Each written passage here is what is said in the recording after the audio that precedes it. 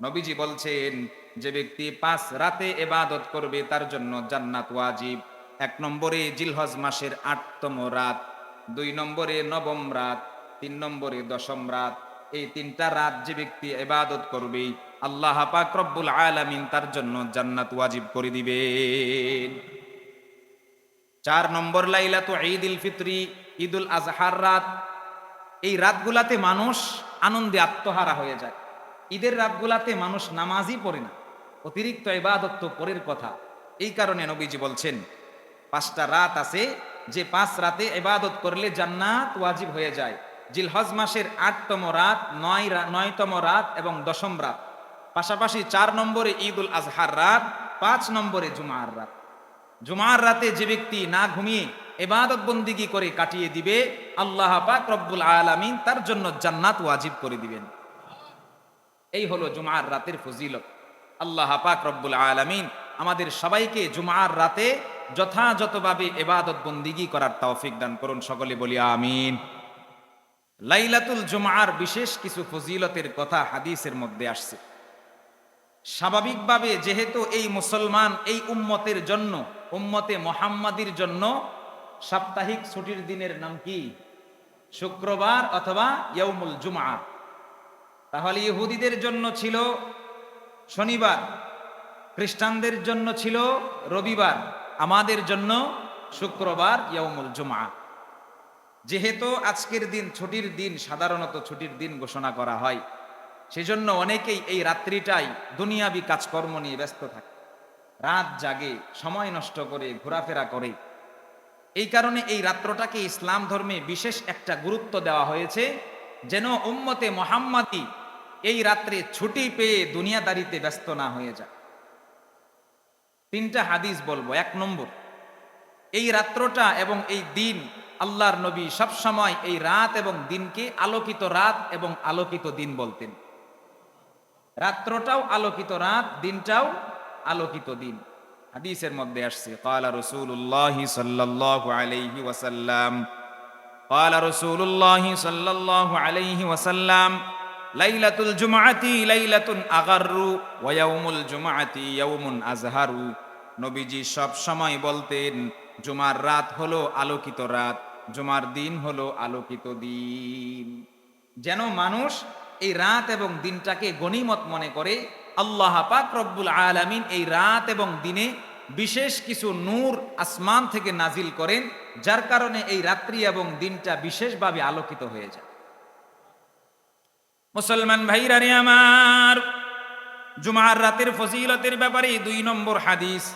আল্লাহ পাক রব্বুল আলামিন জুমার রাতে বান্দা তার কাছে যে কোনো দোয়া করবে, ইখলাসের সাথে দোয়া করতে দেরি, আল্লাহ পাক রব্বুল আলামিন তার দোয়া কবুল করে নিবেন। একজন মুসলমান বান্দা ঈমানের সাথে, ইখলাসের সাথে জুমার রাতে যে দোয়া করবে, সঙ্গে সঙ্গে আল্লাহ পাক রব্বুল আলামিন তার এই দোয়াটা কবুল করে নিবেন।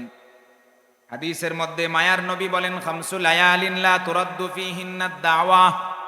আল্লাহর নবী হাদিসের মধ্যে বলেন, 5টা রাত এমন আছে যে 5 রাতে আল্লাহ পাক রব্বুল আলামিন দোয়া কখনোই ফেরত দেন না।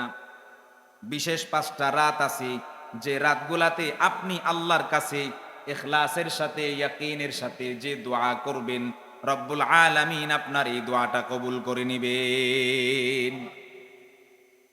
1 নম্বর রাতের নাম হলো আউয়ালু লাইলাতিন মিন রজব। রজব মাসের প্রথম রাত। এই রাতে আপনি আল্লাহ পাক রব্বুল আলামিনের কাছে যে দোয়া করবেন সেটাই কবুল হবে। 2 নম্বরে ওয়ালাইলাতুন নিসফি মিন শাবান, শবে বরাত। শাবান মাসের 15তম রজনী, যেটাকে আমরা শবে বরাত বলি, এই রাতে আল্লাহর কাছে যে দোয়া করা হয় সেটাই কবুল হয়। 3 নম্বরে লাইলাতুল ফিতর, ঈদুল ফিতরের রাত। 4 নম্বরে লাইলাতু ঈদুল আজহা, ঈদুল আজহার রাত। 5 নম্বরে লাইলাতুল জুমআ, জুমার রাত। জুমার রাতে ইখলাসের সাথে আপনি আল্লাহর কাছে যে দোয়া করবেন, সঙ্গে সঙ্গে রব্বুল আলামিন আপনার দোয়া কবুল করে নিবেন। তাহলে জুমার রাতে দোয়া কবুল হয়। 3 নম্বর হাদিস, মায়ার নবী সুন্দর করে গোটা পৃথিবীর উম্মতকে লক্ষ্য করে জানায় দেন, মান আহিয়াল লায়ালিয়াল খামসা ওয়াজাবাত লাহুল জান্নাহ।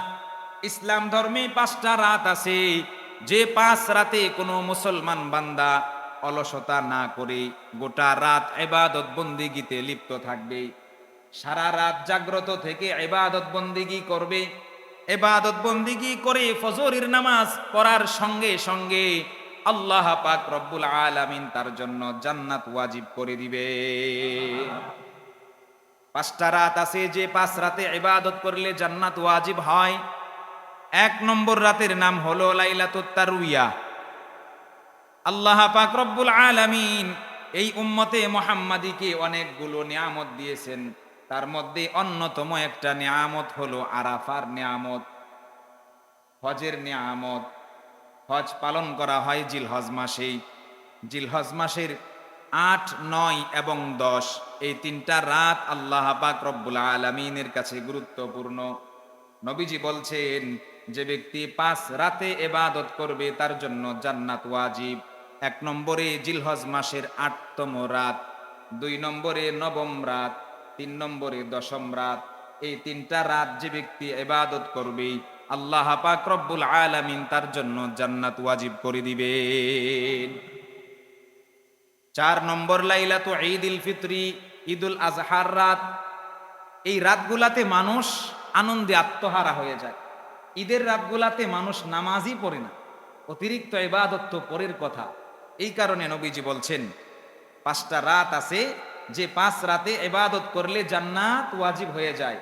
জিলহজ মাসের 8তম রাত, 9তম রাত এবং 10ম রাত। পাশাপাশি 4 নম্বরে ঈদুল আজহার রাত, 5 নম্বরে জুমার রাত। জুমার রাতে যে ব্যক্তি না ঘুমিয়ে ইবাদত বন্দিগি করে কাটিয়ে দিবে, আল্লাহ পাক রব্বুল আলামিন তার জন্য জান্নাত ওয়াজিব করে দিবেন। এই হলো জুমার রাতের ফজিলত। আল্লাহ পাক রব্বুল আলামিন আমাদের সবাইকে জুমার রাতে যথাযথভাবে ইবাদত বন্দিগি করার তৌফিক দান করুন, সকলে বলি আমিন।